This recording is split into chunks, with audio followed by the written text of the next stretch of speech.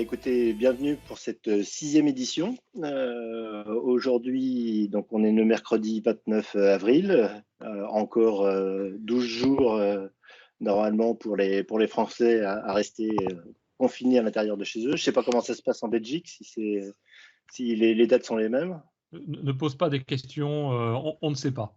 On ne sait pas, d'accord. Il y a des On dates, n'a pas mais on ne sait pas compris, ce qu'on quoi. va faire à ce moment-là. On regardera les voisins et puis on se dira, ah, ils sortent pas, je ne sais pas.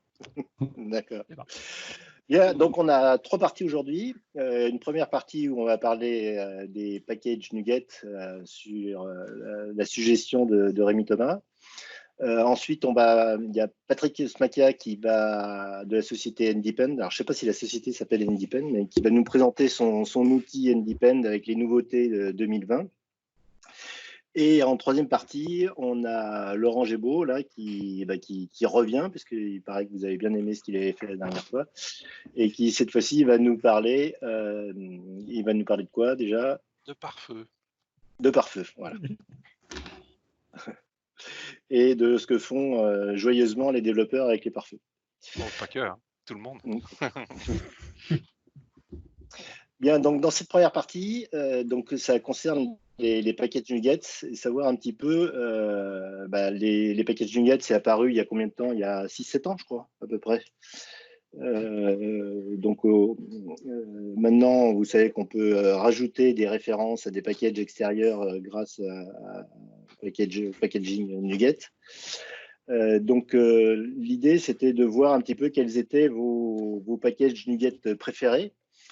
Alors, je vais vous montrer juste une chose. Là, j'avais envoyé un lien sur le Slack sur les statistiques des packages qui sont téléchargés sur Internet. Donc, je vais essayer de partager mon je ne sais pas si vous voyez mon fichier Excel là. Oui. Donc, alors c'est filtré sur tout ce qui est Microsoft a été enlevé. Et donc, on voit que largement en tête, on a le fameux newtonsoft.json pour tout ce qui est manipulation de fichiers JSON, qui arrive vraiment largement en tête avec 44 millions c'est sur 6 semaines, hein, c'est des stats sur 6 semaines. Et puis ensuite, on a tout ce qui est test unitaire avec mock, xNUnit, etc. Il y en a pas mal que j'utilise pas moi, mais bon, je sais pas vous quels sont justement un petit peu les packages que vous utilisez le plus souvent. Blazor, pardon. Non. Non. Non. Pas Microsoft en fait. Il y a Serilock qui est quand même, moi je trouve, assez connu.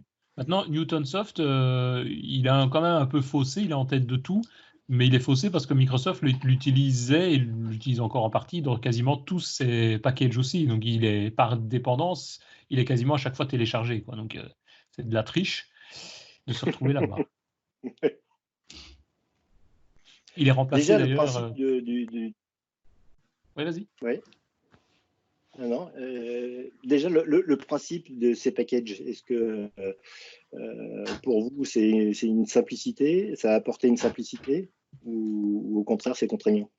Simplicité. Simplicité.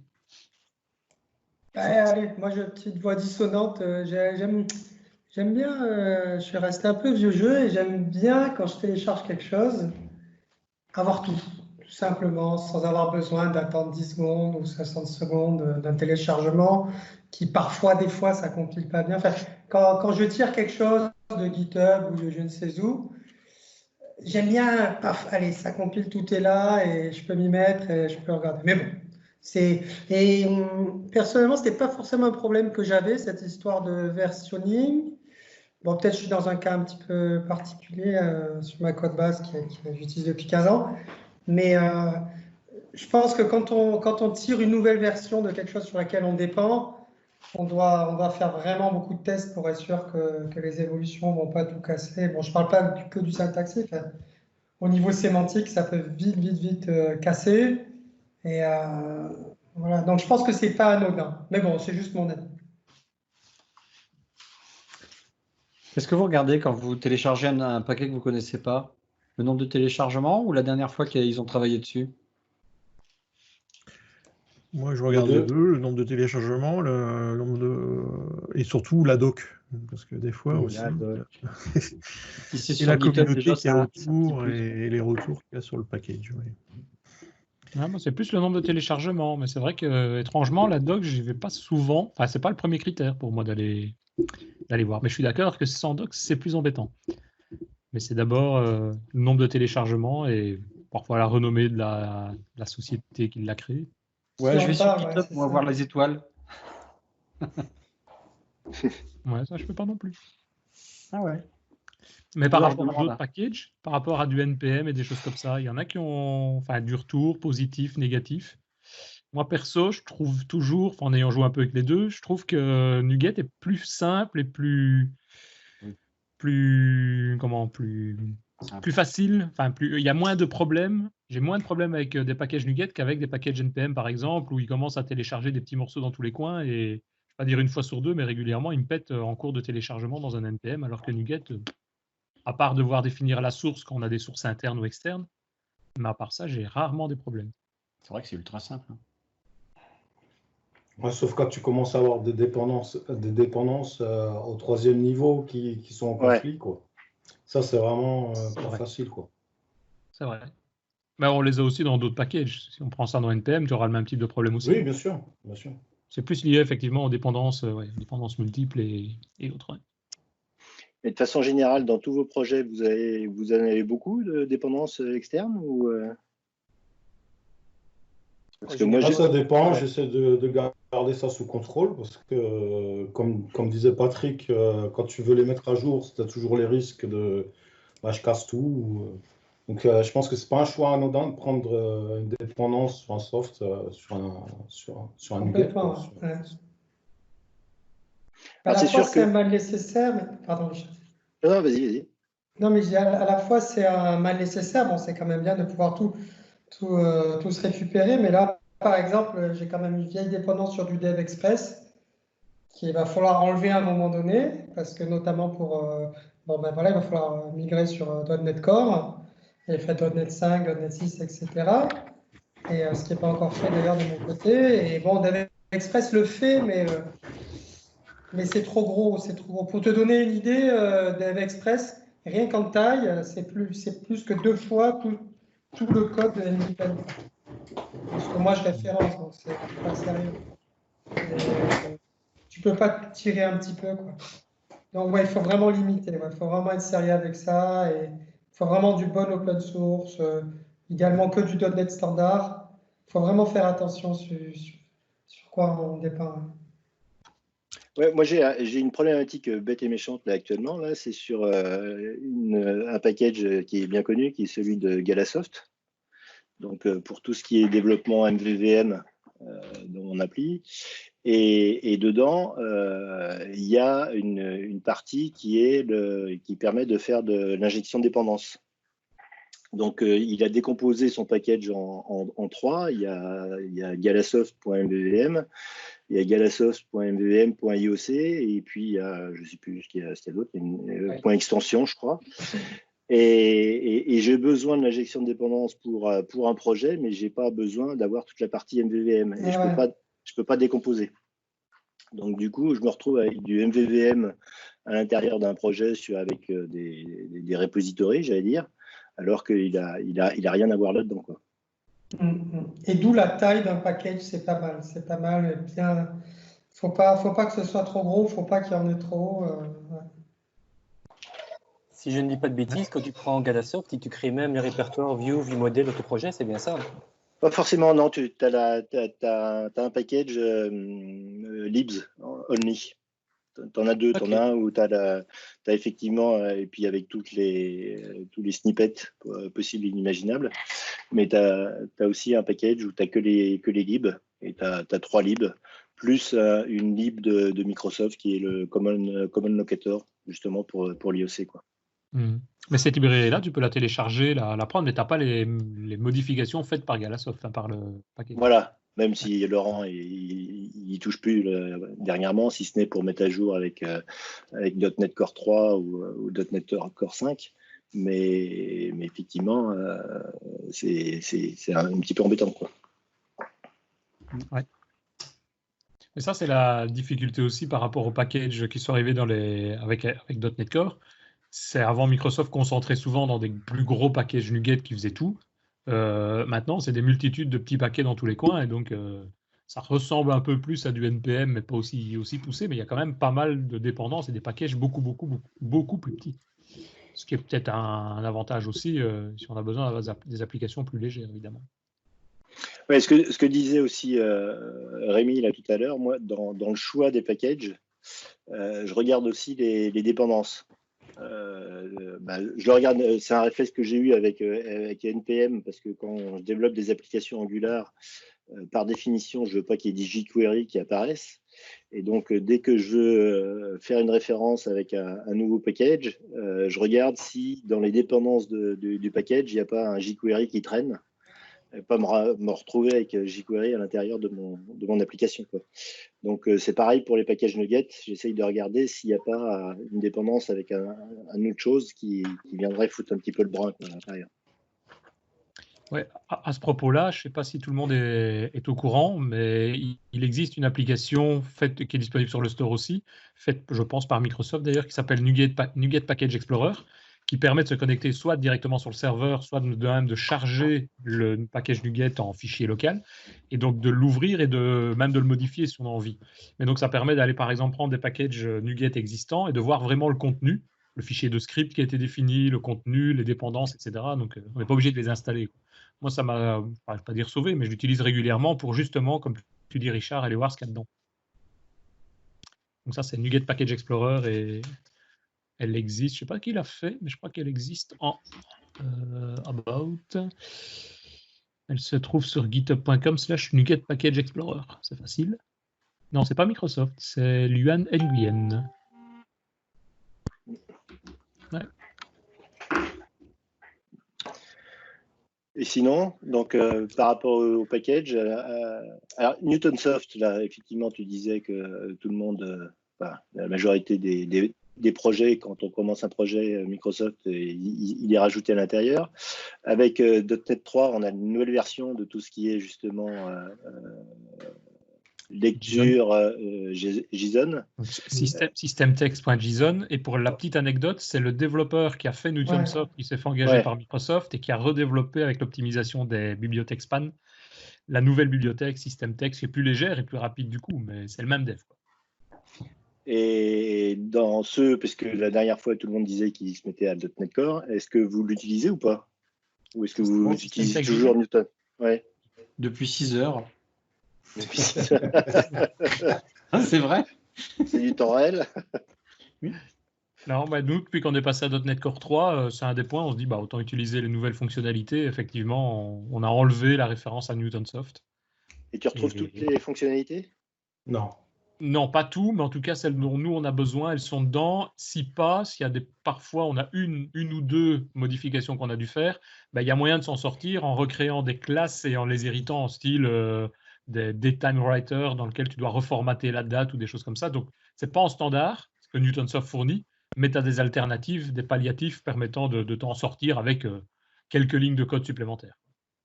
Nous, on n'a pas eu de limitation, nous, en tout cas. On a dû faire un peu plus de code parfois comme ça, mais qu'on récupère d'un projet à l'autre, donc c'est pas perdu non plus.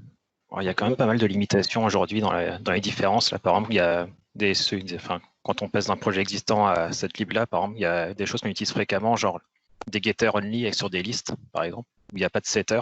Ça ne désérialise pas aujourd'hui. Pareil dans les dictionnaries, ils sont obligés d'avoir un getter et un setter. C'est des choses qui vont être améliorées dans .NET 5, mais aujourd'hui, ça fait partie des grosses limitations qu'on peut avoir quand on migre un code base existant, quoi. En plus, un certain nombre de petits bugs que j'ai déjà remontés sur GitHub aussi, sur la désérialisation, sur les types immutables nullable, par exemple, choses comme ça. Mais sur Newtonsoft JSON est quand même beaucoup plus flexible. Oui, ça c'est vrai. C'est étonnant ce que tu dis parce que, je sais, à mon avis, on ne doit pas les avoir encore, mais je n'ai même pas rencontré ce problème-là. Et pourtant, il faut faire attention parce que ça désérialise. Enfin, ça ne fait pas d'exception en plus quand ça désérialise. C'est juste c'est ses propriétés à nul ou si tu avais initialisé avec une liste vide, la liste sera toujours vide à la fin. Donc, il faut faire un peu attention. C'est vrai. Ça plante pas. Tu aurais dû les voir dans tes tests unitaires, Denis. C'est qu'on les a peut-être pas encore. On a à chaque fois des getters et des setters, c'est possible, mais il faudrait que je vérifie parce que je te dis, oui, sinon on aurait dû les voir.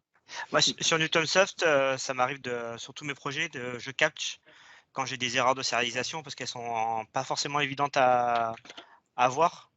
Et j'ai pas retrouvé ce endpoint là avec text.json.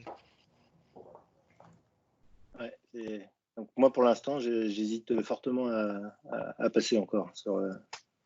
La seule chose qui m'a cassé les couilles juste à la migration, c'était la sensitive case.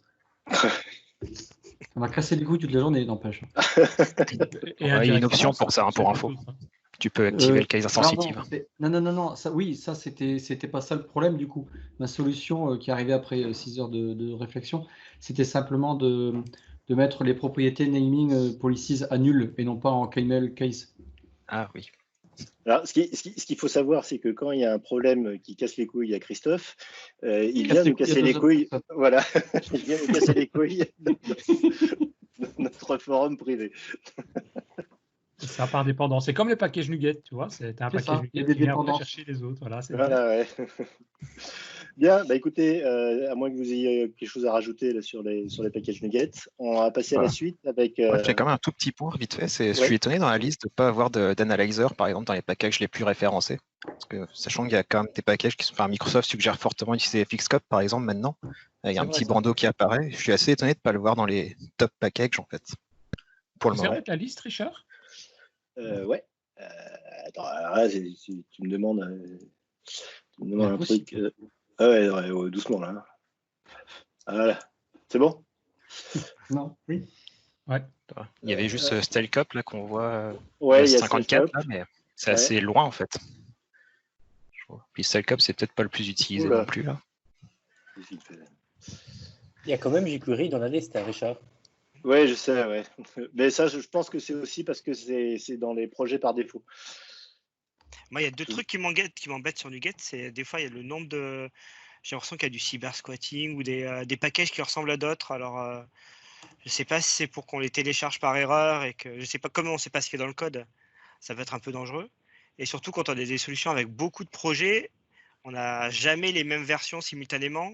On doit faire des mises à jour, on rajoute des projets, c'est pas les mêmes que les autres. Enfin, la gestion globale des packages dans une solution, c'est toujours un peu la galère, surtout quand on essaye d'être un peu homogène entre plusieurs solutions. C'est un truc qui est en cours de travail. Hein. Il y a si tu regardes sur le repo de NuGet, il y a des designs là-dessus qui sont en cours peut-être même d'implémentation. Je pense que ça va sortir dans cette année, je pense. Il y a des choses pour gérer les packages au niveau de la solution. Moi, j'aimerais bien pouvoir figer une version et puis utiliser ça partout sans me poser de questions quand je récupère des trucs. Ouais, c'est un peu l'idée. Tu définis ta solution, tu dis Newtonsoft JSON version 12, puis partout dans tous les projets, ça utilisera la version 12 en gros. Mais ça, tu sais déjà le faire dans Visual Studio. Tu peux déjà le faire, mais le tooling n'est pas bon aujourd'hui. Si tu commences à faire par exemple dans le directory props, etc., là, c'est vraiment une solution. Ils sont en train de définir un truc vraiment built-in avec le tooling dans Visual Studio, etc. Ah ouais, ok. Pareil, tu as un autre problème aujourd'hui, c'est les packages.lock qui sont par projet, qui vont essayer aussi de passer au niveau de la solution. Ouais. Ok. Bien, écoutez, moi je vous propose de passer à la deuxième partie. Donc, je vais passer la main à Patrick, qui va nous présenter les nouvelles versions de NDepend. S'il peut partager son écran, à moins qu'il soit parti. Alors, bonjour messieurs, je crois qu'il n'y a pas de mademoiselle. Alors, je peux dire bonjour messieurs. Alors, le share, il est là. Et l'écran que je vais vous montrer, c'est. Alors, pourquoi qu'il ne veut pas me. Attends. Il arrive pas. Mets tes lunettes. Non, c'est pas ça, mais c'est bizarre. Tout à l'heure, je le voyais bien et là, je ne vois plus l'écran que je voulais vous partager. Screen one, alors, ça doit être celui-là. Voilà, là, vous devez voir mes petits-enfants. Et là, je remets des Windows. Voilà. Là, vous devrez voir un Visual Studio sur NHibernate.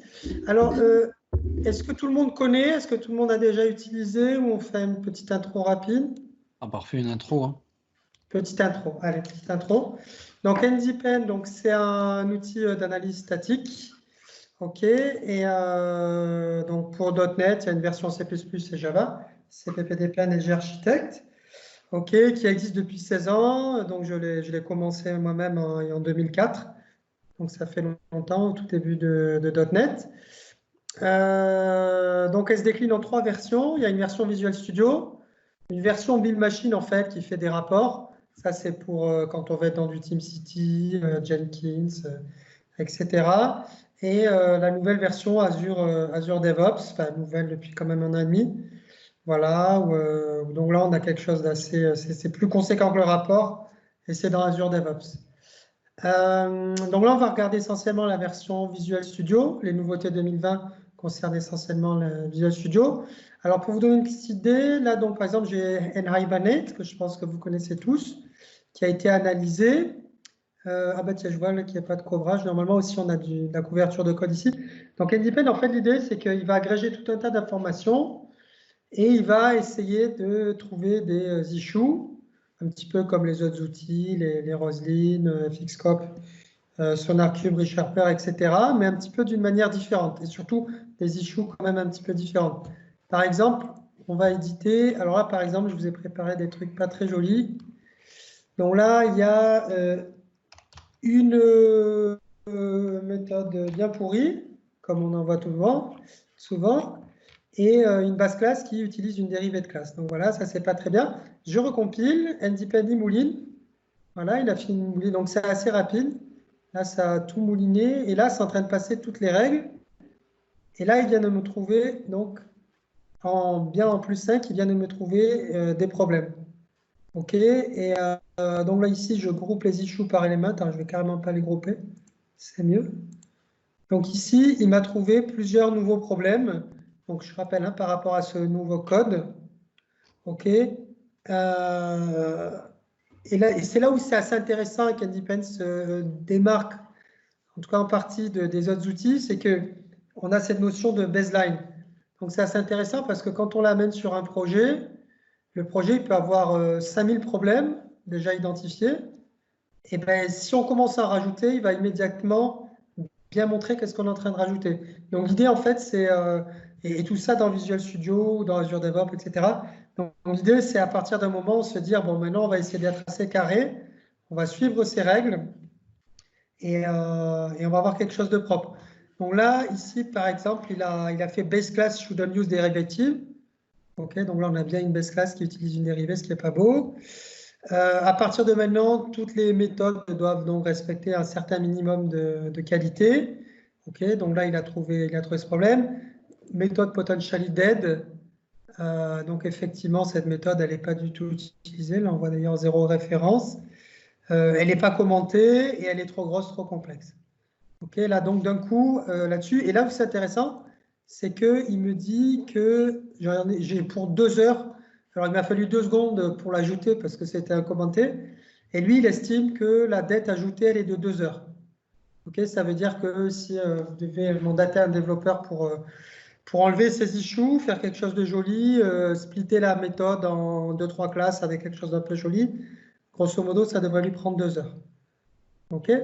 Donc, voilà l'idée de NDPen. Un truc très important, c'est que tout marche à base de link query.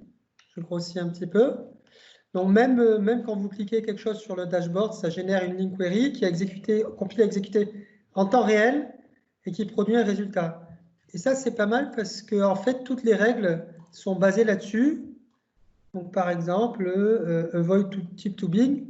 Donc, on a la description. OK, la description, elle est dans le commentaire de la règle. Et si je vais dans le source code, on a du link, en fait, tout simplement, du C# link, un petit peu customisé. Là, ça transforme une query en une règle. Warn if count greater than 0. OK, et là où c'est intéressant, c'est que du coup, ça devient très facile d'écrire ces règles. Ça devient très facile de modifier ces trisol. Alors, pourquoi là, il ne veut pas? C'est parce que ce n'est pas matché sur lui. Mais ça devient très facile de modifier les formules pour avoir la dette. Vous voyez, là, on a une petite formule, une petite fonction linéaire sur les inputs. Et derrière, il nous sort des heures. Et les heures, elles sont transformées en dette. Okay. Donc, c'est assez intéressant. On a du link donc tout le monde connaît. Bon, par contre, ce que tout le monde ne connaît pas forcément, c'est le framework qu'il y a derrière, qui n'est pas trop difficile à utiliser. Par exemple, from m in application.method. Vous voyez, bon, on retrouve à peu près tout ce qu'on a. Par exemple, les méthodes trop complexes. plus grand que 20, select M. Ah. Voilà. Et là, bim, d'un coup, il nous dit tout. Et là, en premier, il va nous sortir la very dirty méthode.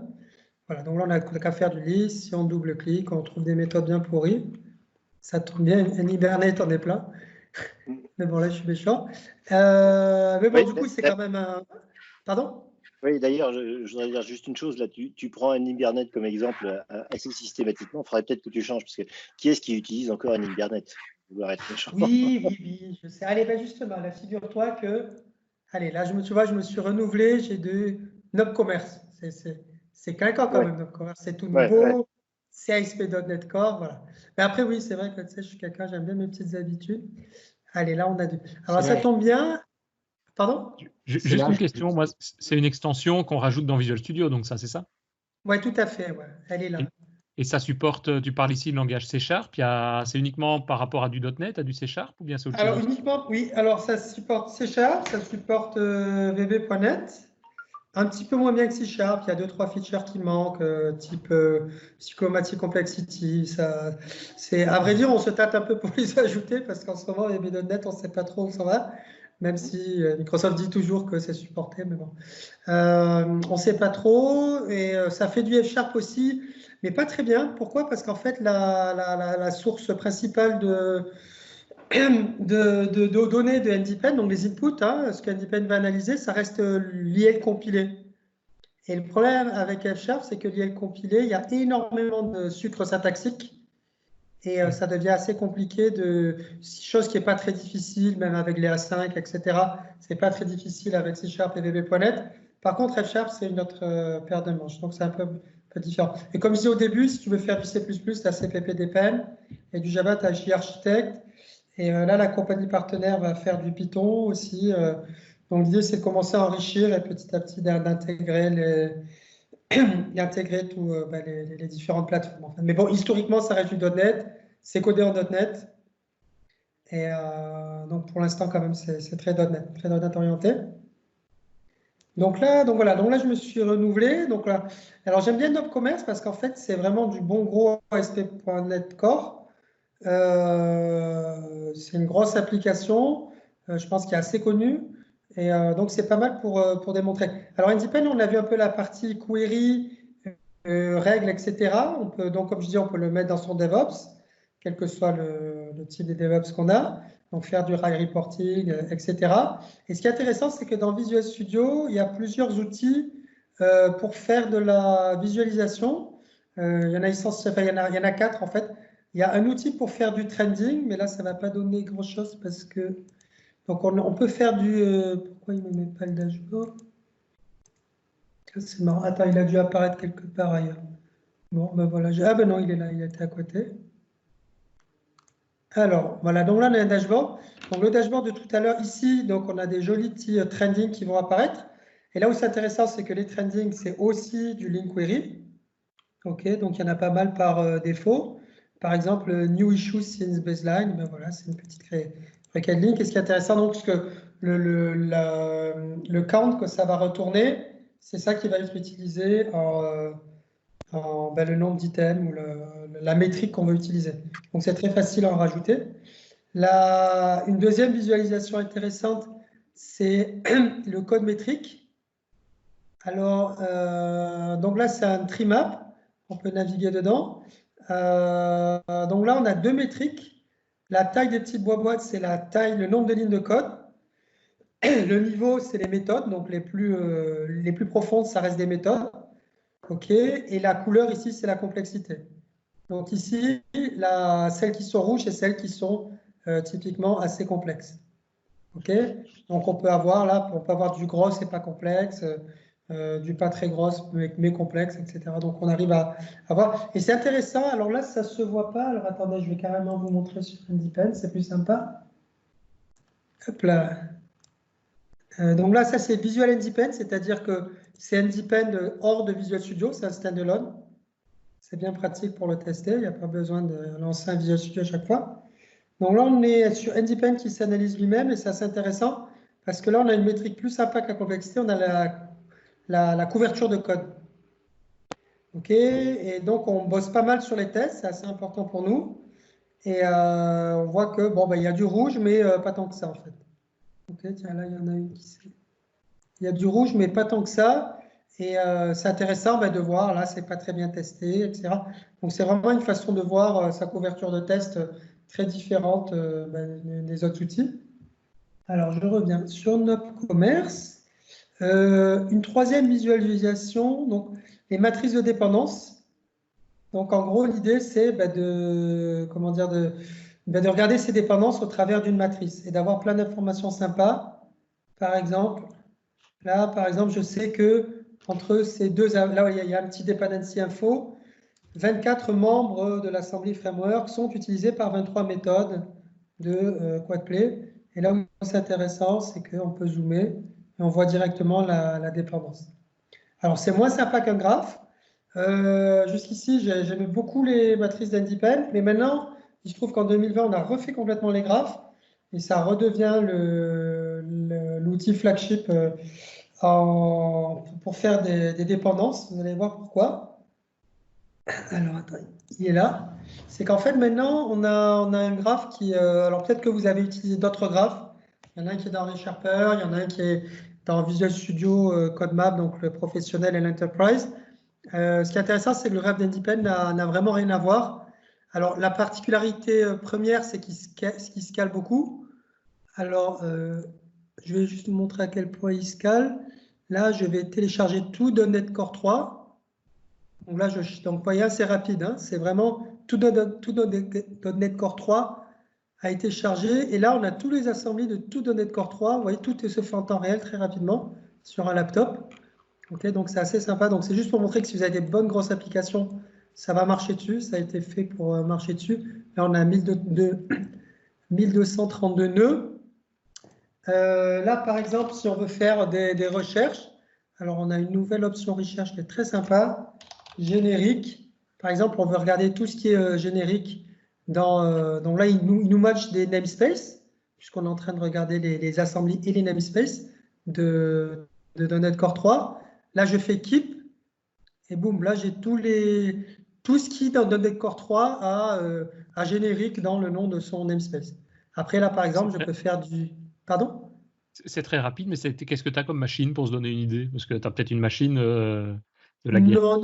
Un bon laptop. J'ai un bon Lenovo P52. Je ne sais pas si ça vous parle.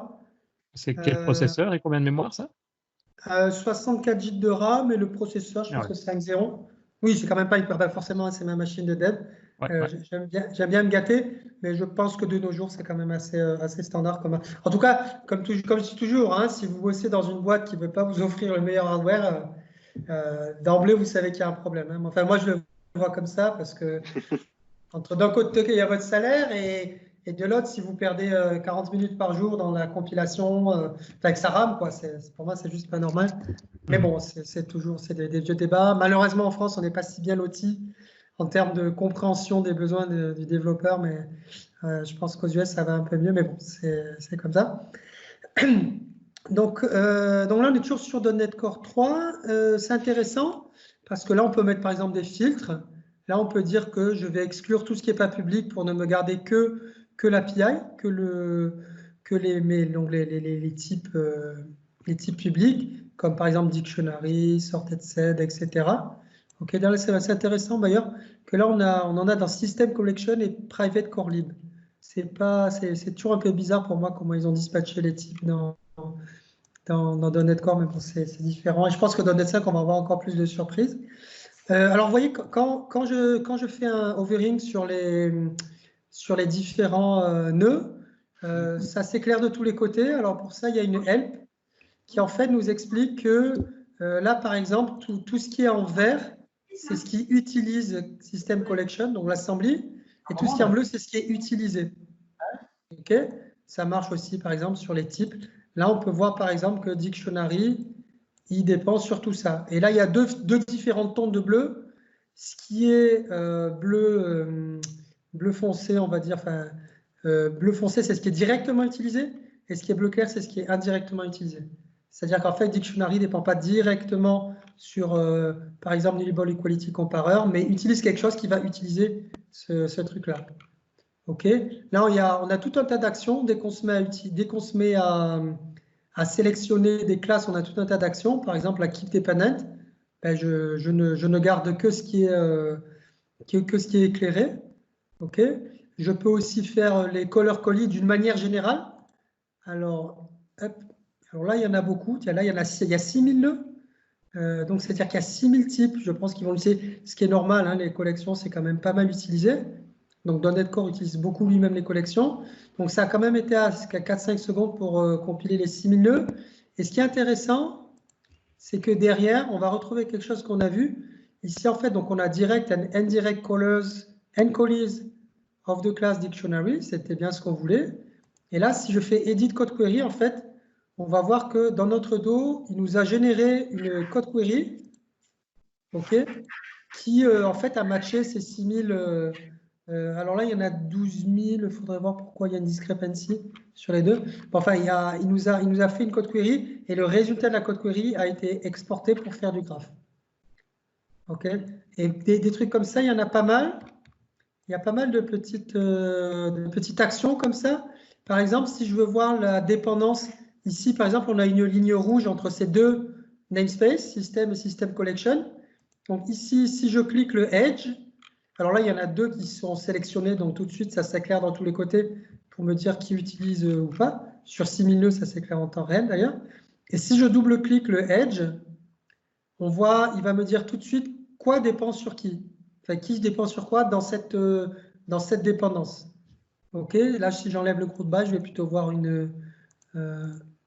dans les méthodes. Voilà. Alors, bon, là, il y a un mélange de méthodes et de types, c'est peut-être pas le meilleur exemple. Mais ce qui est intéressant, en fait, c'est que si vous avez... attends, on va repasser à l'application map. Voilà. Si vous avez deux assemblées qui dépendent l'un sur l'autre, par exemple, et que vous voulez voir quoi dépend sur quoi, c'est assez intéressant de voir un graphe de couplage, en fait. Et ce qui est intéressant aussi, c'est que le graphe de couplage, il est aussi généré par une code query qui est ici et qui me dit, bah, ce type-là, il utilise ce type et ces deux méthodes. Cette méthode-là, elle utilise ça, etc. Et après, de l'autre côté, pareil, celui-là, il est utilisé par ce type, ces méthodes. C'est vrai que par rapport aux outils, moi je sais qu'il y a l'outil dans ReSharper, il y a l'outil dans Visual Studio, et les deux, j'ai du mal à les utiliser parce qu'ils sont vraiment lents, quoi. Ils sont lents, lourds, ils n'ont pas tous ces problèmes. Et pour la petite histoire, c'est assez rigolo. Donc ça, c'est tout nouveau, hein, c'est à 10 jours. Et ce qui est rigolo, c'est que tout de suite, je me suis fait un peu alpaguer par les gens de Microsoft CodeMap. Dans ces cas-là, on se dit toujours, oh là là, ils ne vont pas me parler d'IP, tout ça. Mais non, ils voulaient en plus en savoir un peu sur ce que j'ai fait. Et ce qui est rigolo, il y a même sur LinkedIn, récemment, il y a le gars qui est derrière les graphes, qui est Lev Nashmanson, je ne sais pas trop dire ça en russe, qui bosse pour Microsoft Research et qui fait les graphes chez Microsoft, lui-même dit « Ah ouais, ça se calme bien mieux. » Donc ça, c'est rigolo. Et Lev Nashmanson, pour la petite histoire, tout à l'heure, on parlait de NuGet. Ça rejoint aussi ça, c'est qu'en fait, il fait un package. En fait, c'est plus une librairie GitHub que je pense que ça doit exister en NuGet, mais moi, comme je vous expliquais tout à l'heure, j'aime bien tirer sur GitHub et les avoir pour moi et que ça ne bouge plus. Donc, il y a une librairie qui s'appelle MSAGL, donc qui est beaucoup utilisée, enfin qui est utilisée d'ailleurs pour faire tous ces graphes-là. Comme c'est open source, j'ai quand même pas mal modifié, notamment pour tout ce qui est performance, etc. Mais bon, grosso modo, ça utilise pas mal ça. Et c'est ce même Lev qui l'a fait. Et ce qui est rigolo, c'est que cette librairie est aussi utilisée par CodeMap. Mais très honnêtement, CodeMap, il est dans les choux pour 300 nœuds, et NDPen, il commence à être dans les choux pour 100 000 nœuds. Donc, c'est plus les mêmes ordres. Après, le nombre de nœuds, c'est pas forcément... je t'en ai plein la vie avec plein de nœuds. Comme je vous montre sur une grosse application comme les bonhommes qui développent du .NET Core, qui sont là-dessus, je pense qu'ils sont bien contents. Je pense que c'est une feature très sympa. D'ailleurs, nous, on l'utilise beaucoup dans NDPen. Bim, à peine on commence à écrire et tout de suite, on a ça. On peut vite aller explorer ce qu'on veut et voir ce qui se passe. D'ailleurs, il y a une truc sympa aussi, il y a une feature sympa que je vous refais. Donc là j'avais loadé .NET Core 3 donc dans la solution. Pardon. Oui, vas-y. Je dis, il va falloir breaker le niveau timing. Ouais, pas de souci, pas de souci. Je vous montre juste le dernier truc sympa en termes d'intégration. Donc là, je reload notre commerce. Là, il y en a 46, effectivement. Là, par exemple, c'est sympa de pouvoir faire des trucs comme, hop là, il m'a enlevé le focus. On peut, par exemple, faire des glissés-déposés. Enfin, tout est fait à partir du code source, à partir du Solution Explorer. C'est là, tout de suite, je vois, ben voilà, là, on a un ensemble de types et paf, tout de suite, je peux visualiser ces dépendances avec un petit glissé-déposé. Donc voilà, enfin, il y a tout un tas de trucs. Il y a aussi des exports SVG, c'est pas mal. Voilà, Moi, j'ai juste une question. Ouais. Si on veut démarrer, si les personnes qui nous écoutent ici, qui regardent, disent tiens, bah ouais, ok, je démarre demain. Il faut quoi? Donc c'est une extension, mais il y a une version trial qui existe. Ça se passe Tout comment? à fait, ouais. Alors attends, je vais vous mettre. Attends, je vais mettre celui-là. Alors, je vais dans mon browser. Pen. Bah, sinon, tu mets le lien et puis on va laisser Oui, la main. oui, c'est du handypen.com. Donc là, vous avez du download.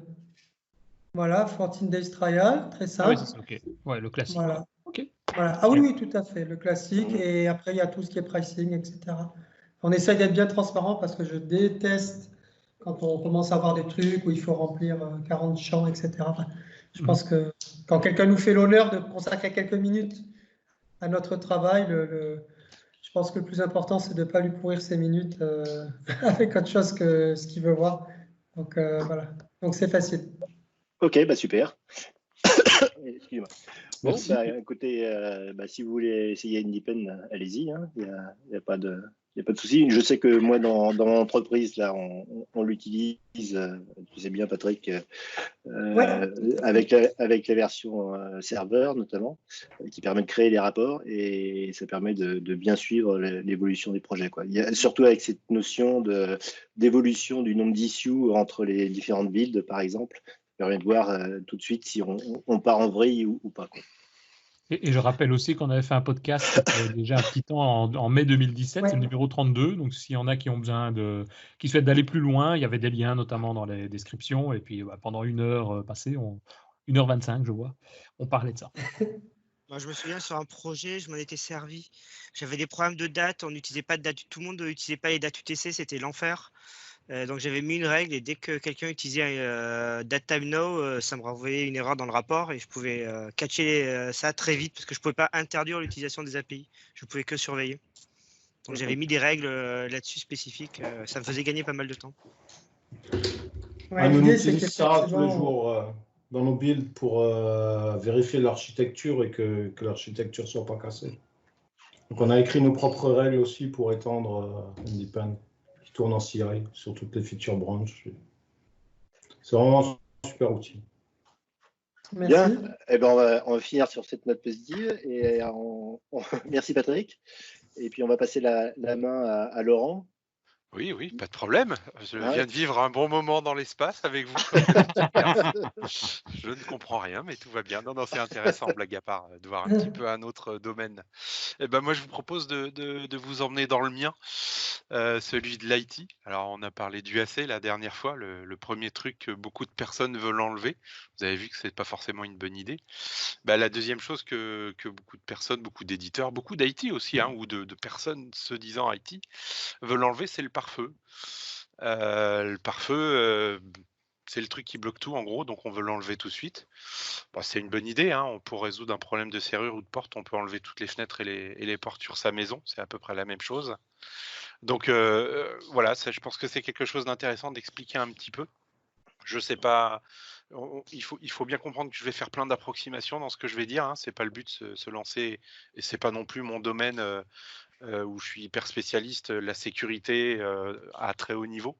Mais un pare-feu aujourd'hui, depuis Windows Vista, il y en a un dans Windows, il y en a un aussi dans Windows Server depuis 2012, je crois. Si vous faites un peu du Azure, il y en a un forcément, et là vous ne pourrez pas le désactiver. Ouf. Donc ce qui montre bien que c'est pas une bonne idée. Donc je vous propose juste de voir des petites notions de base à quoi ça sert un pare-feu et ce qu'il faut en faire en fait. Donc on est d'accord, la définition d'un pare-feu, c'est soit un logiciel, dans Windows par exemple, soit un matériel qui est là pour filtrer le trafic réseau. c'est très résumé déjà ce que je dis, mais en gros, c'est de ça dont on va parler. Windows, c'est arrivé en réalité, j'ai dit Vista, c'est arrivé dans le Service Pack 2 de Windows XP, qui pour moi, en réalité, ils auraient dû l'appeler autrement. Le Service Pack 2 de Windows XP, c'était un nouveau Windows en réalité. Et notamment, suite au vert, ils ont décidé de mettre un pare-feu. Donc, comme je vous ai dit, le principe d'un pare-feu, par défaut, c'est tout bloquer. Seulement, il y a un peu d'intelligence et de logique. Donc, quand je dis tout bloquer, c'est tout bloquer ce qui est entrant. On démarre un PC sous Windows 10, on laisse faire le pare-feu. Tout ce qui est entrant, il va le bloquer. Bah, c'est rassurant. Ça veut dire que si je suis sur un réseau public, je suis sur un Wi-Fi. S'il y a un problème sur mon réseau, à la limite même interne, finalement, c'était un peu le but. Un PC est infecté, un PC commence à véhiculer des choses pas sympathiques sur votre réseau. Logiquement, il ne va rien laisser passer. Et par contre, il laisse passer les connexions sortantes. Je lance Internet Explorer, je lance Chrome, je vais sur Internet. Heureusement, ça fonctionne. La nuance est importante. J'ai initié ma session, j'ai initié ma connexion vers l'extérieur. L'extérieur me répond, donc le pare-feu laisse passer. D'accord? L'initiateur est l'important en réalité. Il y a plein de choses comme ça, subtiles, que le pare-feu y fait. Vous lancez un téléchargement, c'est bien un débit entrant, mais c'est vous qui l'avez initié, donc ça arrive. Vous lancez un logiciel de prise de contrôle à distance, si c'est vous l'initiateur, ça va fonctionner. Par contre, ce qu'on voit sur tout le marché aujourd'hui des prises de contrôle à distance, c'est une notion de proxy. En réalité, vous installez le logiciel sur votre PC, il n'ouvre rien sur le pare-feu, parce que c'est votre PC qui va contacter, on va dire, appelons-le comme ça, un proxy qui va contacter le proxy de l'éditeur et qui va permettre ensuite à une tierce personne de se connecter sur votre PC. Vous voyez, le principe, c'est toujours, j'ai la main, je suis l'initiateur, tout va bien. Tout ce qui vient sans ça, ça va pas marcher. Donc du coup, c'est là où on en vient au paramétrage du pare-feu. Je veux que mon PC ou mon serveur serve à un rôle bien particulier, un serveur web, port 80, du FTP, même si c'est un petit peu compliqué, port 21, 22 par exemple, ça je suis sûr que c'est des chiffres que vous avez déjà vus. Là, je vais devoir cette fois-ci faire du paramétrage. Alors, il y a beaucoup d'intelligence. Si logiquement, un logiciel, on parlait de l'importance d'avoir un programme d'installation pour un logiciel, s'il est digne de ce nom, quand le logiciel s'installe, il ouvre aussi les règles de pare-feu dont il a besoin. Pour ça qu'on ne s'en rend pas compte. Mais en gros, à partir du moment où je vais avoir besoin d'une connexion entrante initiée de l'extérieur, je vais devoir ouvrir le bon port correspondant à l'application. Alors, je fais beaucoup de résumés quand je dis ça. On va dire, moi j'aime bien faire l'analogie avec des portes. Un port, c'est une porte. Et pour reprendre l'analogie, c'est pas parce que j'ai besoin d'ouvrir une porte que je vais enlever tous les murs de ma maison, ce qui revient à enlever le pare-feu. Donc, ce qui est important, quand on va commencer à travailler un petit peu sur du réseau, à vouloir ouvrir les choses, c'est de comprendre. C'est un peu comme UAC. Si vous n'avez pas compris comment fonctionne un pare-feu, je vous dis, la méthode brute, c'est d'ouvrir le port. C'est d'enlever le pare-feu en réalité. La méthode un peu plus fine, mais vous allez voir que ça, on peut encore affiner, ça va être d'ouvrir le port. Mais tant qu'à faire, on va peut-être pouvoir ouvrir le port sur l'application qu'on veut ouvrir. Vous voyez, on va affiner petit à petit pour que la porte se réduise, que ça devienne une fenêtre, que ça devienne un trou de serrure et que ça ne sert qu'à la bonne chose. Donc en faisant ça, on diminue la surface d'attaque. Donc une chose dont peu de personnes ont conscience et auxquelles peu de personnes font attention, c'est la notion de profil.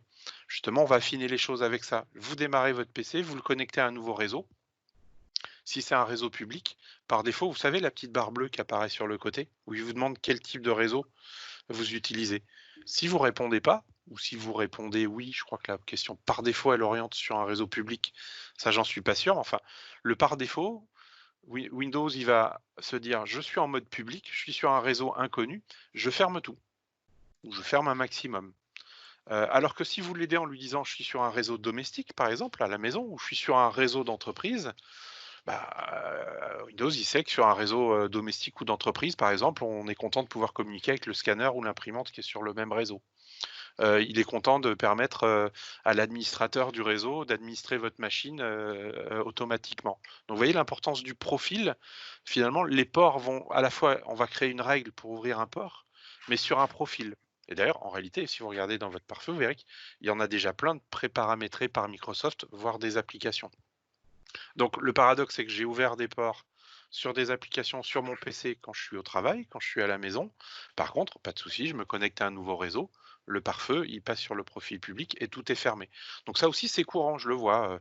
Un dépannage, une machine, et le pare-feu, par défaut, il est resté en mode public. Bah forcément, rien ne marche. Et encore une fois, le mauvais réflexe, c'est de désactiver le pare-feu. Il suffit d'ouvrir la bonne porte dans le bon profil. Donc, faites bien attention. Moi, mon métier, c'est de dépanner, et mes collègues aussi. Et comment dépanner les problèmes d'installation d'imprimante? Vous passez le pare-feu en mode privé ou entreprise. Et en général, l'imprimante, elle est déjà dans la liste des imprimantes dans Windows. Voilà, j'ai vendu un petit dépannage, une petite prestation. Ça n'a pas été trop difficile. J'ai même pas eu besoin de me connecter sur la machine de l'utilisateur. Vous voyez, donc aidez Windows en fait quand vous faites ça. Derrière, il y a plein de mécanismes qui se passent tout seuls, juste parce qu'on a dit à Windows, là, je suis par défaut, je suis en milieu hostile, ou là, tout va bien, je suis à la maison ou je suis en entreprise. Alors, il y a des mécanismes qui le font malgré tout encore un peu tout seul pour vous. C'est, par exemple, quand votre PC il est en entreprise et qu'il fait partie d'un domaine Active Directory, il y a un mode domaine. Donc, ces automatismes, ils se passent tout seuls en réalité. Mais bon, je vous dis, quand vous êtes à la maison, par exemple, aidez-le. Moi, c'est incroyable le nombre de personnes qui cherchent à faire en domestique un partage entre deux PC, je vous dis, installer une imprimante, installer un scan to folder, ce genre de choses, où il y a besoin d'un petit peu de réseau. Et en fait, ça se résout juste en disant à votre Windows, ça c'est un réseau domestique et il va vous ouvrir les bonnes portes en réalité. Donc, vous voyez, voilà, le message, il est là vraiment. C'est-à-dire que sur une utilisation, on va dire, domestique, simple, basique, ne désactivez par pitié jamais le pare-feu. Il y a une expérience qui était intéressante, c'est un peu vieux maintenant, mais je suis pas tout jeune. Dans Windows XP, si on mettait pas le pare-feu dans le SP2, on connectait le PC en direct sur Internet, pas derrière un pare-feu matériel, comme une box. Si on connectait vraiment sur un réseau public, le PC, il durait 20 minutes. Au bout de 20 minutes, on commençait à avoir des choses s'installer toutes seules dans Windows, en fait. Alors, les choses ont beaucoup progressé, mais quand vous regardez aujourd'hui un log de pare-feu matériel, cette fois-ci, vous voyez qu'il y a plusieurs, il y a des attaques, je dirais, toutes les 5 minutes au mieux. C'est-à-dire que sans arrêt, en réalité, il y a des robots, il y a des humains probablement, mais surtout des robots qui scannent, qui regardent, qui testent, qui cherchent une porte. Alors, si vous êtes avec un PC Windows 10 à jour, vous avez désactivé le pare-feu, bon, les choses sont plutôt bien faites, mais enfin, il y a des applications dans votre Windows 10. Est-ce que réellement tout l'environnement de votre PC, il est patché à jour en temps réel? La réponse, elle est forcément non. Donc c'est là où le pare-feu, ça vaut le coup de l'avoir gardé et d'avoir renseigné votre PC pour dire attention, là, je suis sur un terrain hostile, quoi. Donc voilà, juste c'était ça le petit message. Pour aller dans ton sens, Laurent, juste une petite anecdote qui m'est arrivée de la même manière, mais il y a de ça aussi 10, 15, 20 ans, je ne sais plus. J'avais été porté un serveur comme ça dans un data center. J'avais tout désactivé en me disant je vais prendre ça à distance et quand je reviendrai, je vais tout configurer de chez moi, ça sera plus facile. Je suis arrivé chez moi, je ne savais plus prendre accès à la machine, j'ai dû tout reformater parce qu'elle avait été complètement vérolée en même pas 20 minutes, quoi. Tout le système était complètement pris et on avait installé de manière automatique plein de petits trojans et tout ce qu'il faut derrière. Oui, quand je vous dis, regarder un log de pare-feu, c'est devenir parano, c'est effrayant. C'est là qu'on se rend compte que Internet, c'est devenu vraiment hostile et que s'il n'y avait pas tous ces mécanismes, Windows, il tiendrait pas. Windows XP, moi, ça pour moi, c'était pas choquant de voir qu'au bout de 20 minutes, il tenait pas. Il n'a jamais été écrit. Imaginez avec l'historique d'XP pour être connecté à Internet finalement. Alors les OS suivants l'ont été, donc ça s'est amélioré. Donc je vous dis, aujourd'hui, des pare-feux, en réalité, il faut même les empiler. C'est-à-dire que on en a tous deux en réalité. Vous êtes derrière une box. Le premier usage d'une box, c'est de faire du routage, c'est de faire du NAT. C'est-à-dire que votre PC n'a pas d'adresse IP publique. Pourtant, il fait plein de choses comme s'il l'était en réalité d'ailleurs. C'est là tout le travail du pare-feu qui va savoir rediriger les bonnes sessions aux bons endroits pour que ça fonctionne, mais sans vous exposer malgré tout. Donc c'est la deuxième couche, ça c'est le matériel, on va dire. C'est rajouter aussi un pare-feu matériel, et encore une fois, une box, déjà, ça suffit. En réalité, qu'est-ce qui différencie une box d'un gros pare-feu? C'est que le tuning, il est beaucoup plus fin. Dans un gros pare-feu, on peut faire des choses bien plus importantes, on va dire, pour filtrer le trafic. Voilà. Pour finir, je voudrais juste un petit peu parce que ce que je vous ai... là, on parle dans les notions de base, finalement, de Windows, ce qu'est un pare-feu. Aujourd'hui, mon discours, et d'ailleurs, j'ai fait plein d'approximations dans ce que j'ai dit, les IT pourraient faire des bons, clairement, ou les gros spécialistes de pare-feu, que je ne suis pas encore une fois. Je sais que j'ai j'ai fait des approximations, mais aujourd'hui, la tendance, elle est bien au-delà de ça, en fait. C'est de faire du filtrage de contenu, c'est une chose, mais en réalité, c'est de faire du filtrage d'application, par exemple. C'est ce qu'on va demander à un pare-feu un petit peu évolué. C'est de faire de la différenciation de trafic, c'est-à-dire que on va savoir dans un même pare-feu bloquer une application dans un contexte et puis de laisser passer dans l'autre. Et la tendance, elle est aussi dans les logiciels, les pare-feux logiciels dans Azure. En réalité, il existe bien sûr un pare-feu Azure, mais en réalité, si on regarde la place de marché, je crois qu'il y en a une quinzaine ou une vingtaine. C'est-à-dire que tous les éditeurs aujourd'hui fournissent de manière logicielle, dans une VM, en d'autres termes, leur pare-feu parce qu'il faut en mettre un peu à tous les niveaux, y compris entre un data center et un site on-premise finalement d'un client.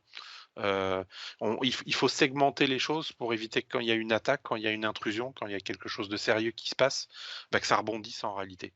Un virus, en réalité, c'est un super audit de sécurité dans une entreprise. Si les développeurs des vers, des trojans, des cryptos d'aujourd'hui étaient des IT, il y en a qui seraient vraiment très bons quand on commence à un peu essayer de comprendre les intrusions, les cryptos, comment les cryptos arrivent sur des serveurs. On se rend compte que ces personnes, elles exploitent. Je vous ai dit tout à l'heure, il faut ouvrir le trou de serrure. Si vous avez ouvert la fenêtre, elles vont le trouver à un moment et elles vont passer, quoi. Donc, je reviens aux fondamentaux, mais il faut laisser UAC, il faut n'ouvrir le pare-feu que là, il faut aider Windows aussi à le faire, bien sûr, en vous précisant la zone dans laquelle vous êtes. Et puis, aujourd'hui, la tendance ensuite au-dessus de tout ça, là je parle de pare-feu, c'est de l'intelligence artificielle aujourd'hui. Microsoft en premier, mais les autres éditeurs, ils commencent à vendre de l'intelligence artificielle. C'est-à-dire que je vais prendre un exemple qui est assez facile à comprendre, qui n'est pas Microsoft, qui est Sophos. Sophos, ça le distingue un petit peu de beaucoup, c'est qu'il est à la fois éditeur d'antivirus et éditeur justement de gros pare-feux matériels qu'on appelle des appliances souvent. Et en fait, du coup, ils ont commencé à développer un environnement qui est assez rusé et assez fort, c'est-à-dire qu'aujourd'hui, les deux communiquent. Donc, je vais prendre un exemple d'intrusion, ça sera pour finir, pour vous dire jusqu'où on peut aller. Une intrusion qui arrive sur un PC, qui est détectée par l'antivirus de ce PC en entreprise, va forcément passer ce PC en mode, entre guillemets, de protection. Par exemple, Sophos va savoir intervenir sur le pare-feu et essayer d'ouvrir des choses, de fermer des choses, sur ce PC, mais il va aussi communiquer avec le pare-feu qui gère le réseau d'entreprise pour que celui-ci bloque par exemple toutes les connexions entrantes et sortantes, enfin le trafic en gros web de ce PC, et informe aussi les autres antivirus du réseau pour leur dire cette IP de ce PC, elle est douteuse, pour le moment fermez tout. Donc ça va jusque là, c'est-à-dire il y a de l'AI qui va savoir relier des événements entre eux, et il y a de l'intelligence pour relier, on va dire, les agents, les briques d'un système entre elles en fait. Donc j'ai pris l'exemple de Sophos, mais ça existe aussi chez Azure. On va dire que ce que je viens de dire là, c'est un mélange de technologie qui s'appelle ATP, Advanced Threat Protection. On va faire français ou anglais, à un moment, il faut choisir.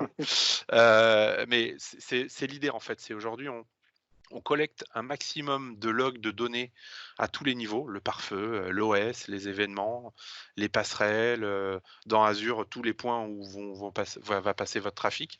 Et puis, on essaye de les lier ensemble pour bloquer. Donc là, on s'est un peu éloigné des pare-feux, mais le pare-feu reste une brique super importante en réalité. Et je veux dire, on l'a tous oublié parce que ça se passe bien, mais il vous protège en réalité énormément et presque à tout moment dans Windows, quoi. Donc, ne le désactivez pas, en gros.